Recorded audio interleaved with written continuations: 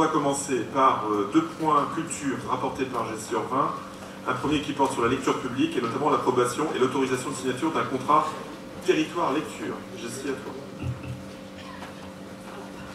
Donc effectivement, je m'excuse par avance, mais je vais devoir quitter l'Assemblée à 20h30, ou en tout cas quand j'aurai effectué mon travail. En fait, cette délibération, je la présente, mais on pourrait la présenter à deux.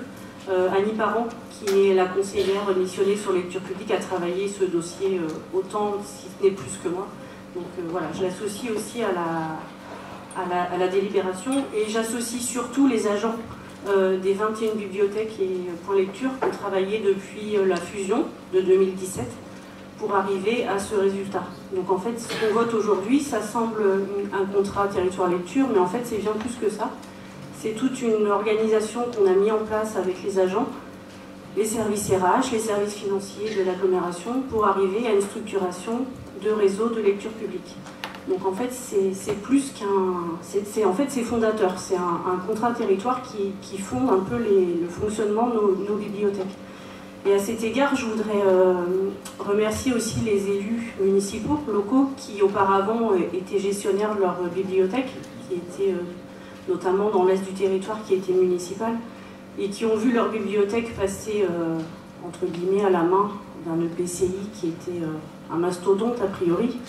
Mais en fait, on se rend compte a posteriori que c'était une bonne chose. Et c'était un choix qui n'était pas facile, mais quand on arrive au travail qui est fourni aujourd'hui, on se rend compte que tout seul, on n'y serait pas arrivé. Voilà. Et il faut savoir que le contrat territoire lecture qu'on vous propose ce soir, c'est un contrat qui est particulier, et pas particulier juste dans notre région ni dans le département, mais à l'échelle du pays. Normalement, ces contrats territoire lecture sont signés entre l'État. Donc, c'est depuis 2010, le ministère de la Culture a mis en place ces CTL, et ils sont traditionnellement signés entre un EPCI ou une commune et l'État. Et en fait, nous, on a travaillé en parallèle, enfin pas en parallèle, à trois voies avec le département de la Manche, qui a la compétence aussi lecture publique au travers des actions de la BDM.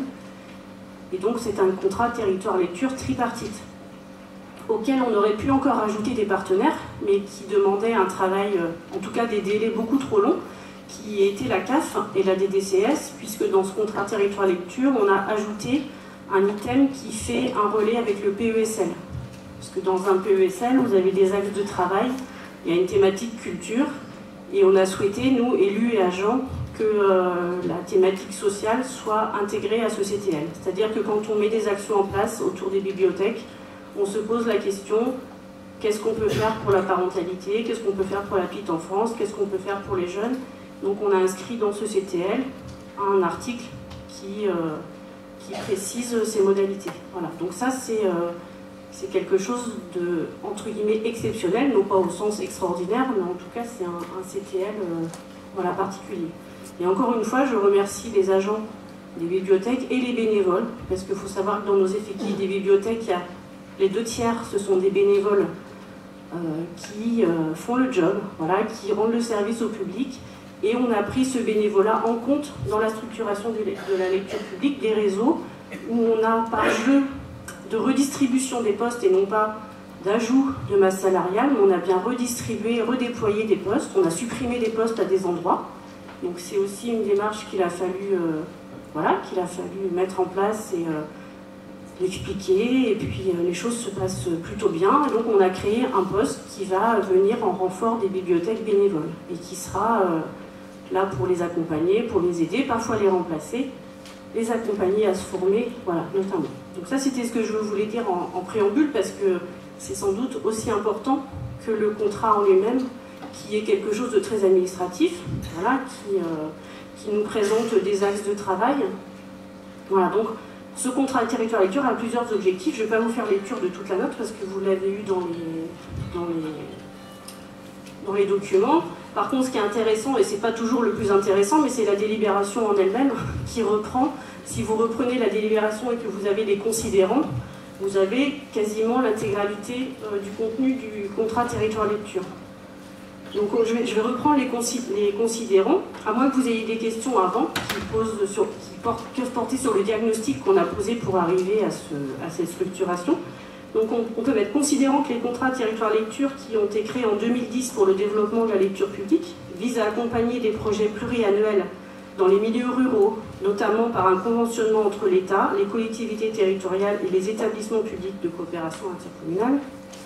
Considérant qu'il existait déjà un contrat territoire lecture qui s'est achevé en fin 2018 sur le territoire de l'ancienne communauté de communes Avranches-Mont-Saint-Michel, considérant l'objectif de favoriser l'accès à un établissement et ou à une offre de lecture publique à tous les habitants du territoire, quel que soit leur âge et quelle que soit leur situation, considérant l'objectif de donner au territoire un établissement structurant qui soit en capacité de jouer un rôle de tête de réseau, pourvoyeur de ressources et de compétences pour l'ensemble du réseau de lecture publique, considérant l'objectif d'améliorer les pratiques de lecture et enrichir la formation des jeunes habitants de l'agglomération, mais aussi celle des autres publics par une action de lutte contre l'illettrisme et l'électronisme, de formation continue et d'éducation aux médias, considérant les objectifs de proposer des animations et des services de qualité pour attirer de nouveaux publics et de renforcer la professionnalisation des équipes et l'accompagnement des bénévoles.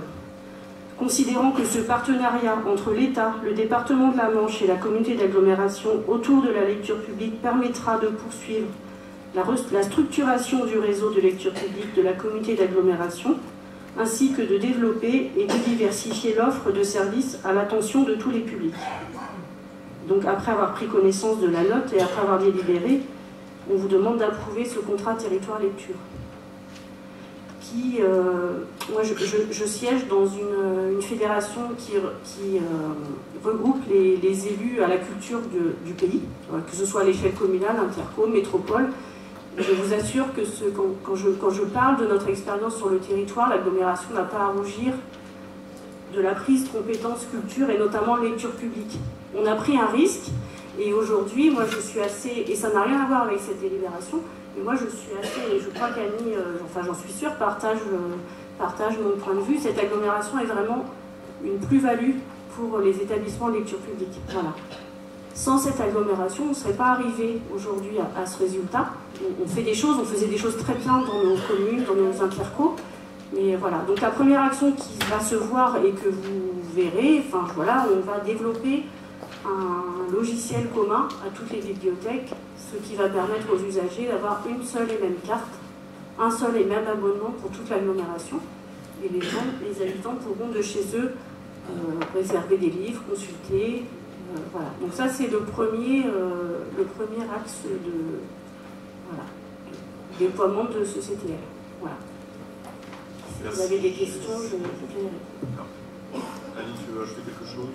Pas vraiment. Il y avait Catherine qui voulait parler. Oui, moi je voulais juste conforter ce que vient de dire conforter Jessie dans son message.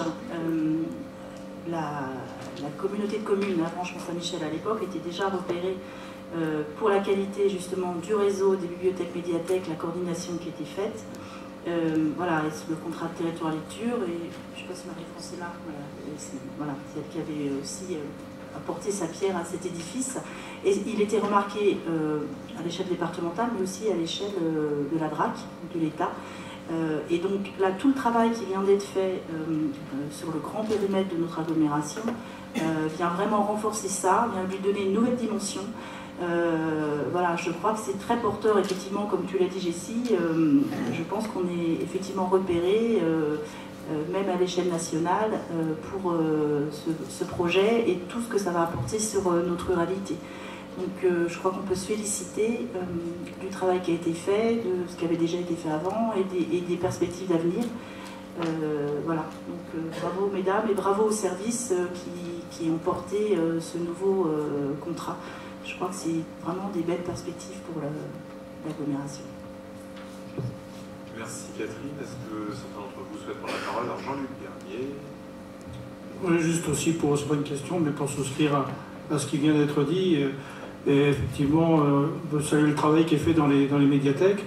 Alors, dans le cadre de cette fusion, on est arrivé aussi avec la communauté de communes de Saint-Hilaire avec un bel outil. Et là, on voit à travers ça qu'on mesure complètement l'intérêt, la dimension stratégique de la communauté d'agglomération ce type de projet. Merci pour ce témoignage. Est-ce qu'il y a d'autres prises de parole avant qu'on passe au vote? A priori, je ne vois pas de main se lever, donc nous pouvons voter le temps que l'ordinateur s'initialise. Voilà, vous pouvez voter.